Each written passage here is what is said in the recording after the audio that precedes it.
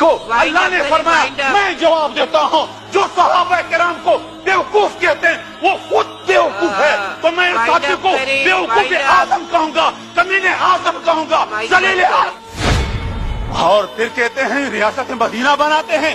ریاست مدینہ رسول اللہ صلی اللہ علیہ وسلم نے جن لاڈلوں کے ذریعے بنایا تھا اس کو کیا کہتے ہیں؟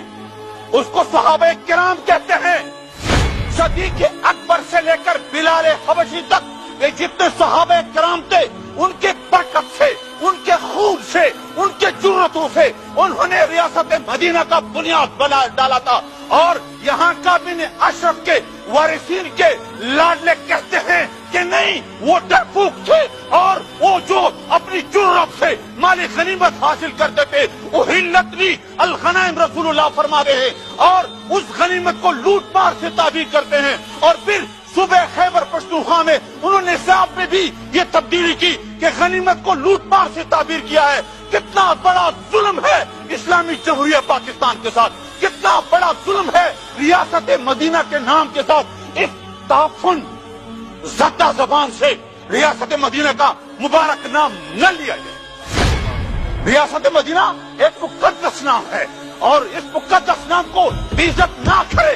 کبھی یہاں آتا ہے رسول اللہ کے ناموس کو چڑھتا ہے، وہ بھی آتا ہے ناموس صحابہ کرام کو چڑھتا ہے۔ اسپیکر صاحبہ، اللہ نے خود بیان فرمایا ہے جن لوگوں نے صحابہ کرام کو ٹارگیٹ بنایا رسول اللہ نے روکا ہے ان سے، رسول اللہ نے اس پر روک لگایا، انہوں نے منع فرمایا۔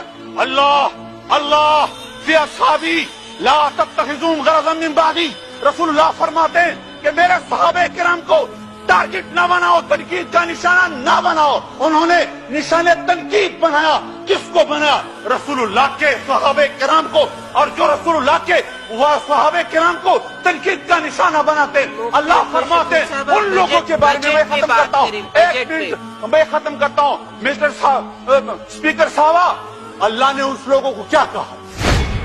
کابن اشرف کے متوالوں منافقین کے لیے 13 آیات سورہ بقرہ میں نازل ہوئی ہے، اور انہوں نے صحابہ کرام کو بیوقوف کہا تھا۔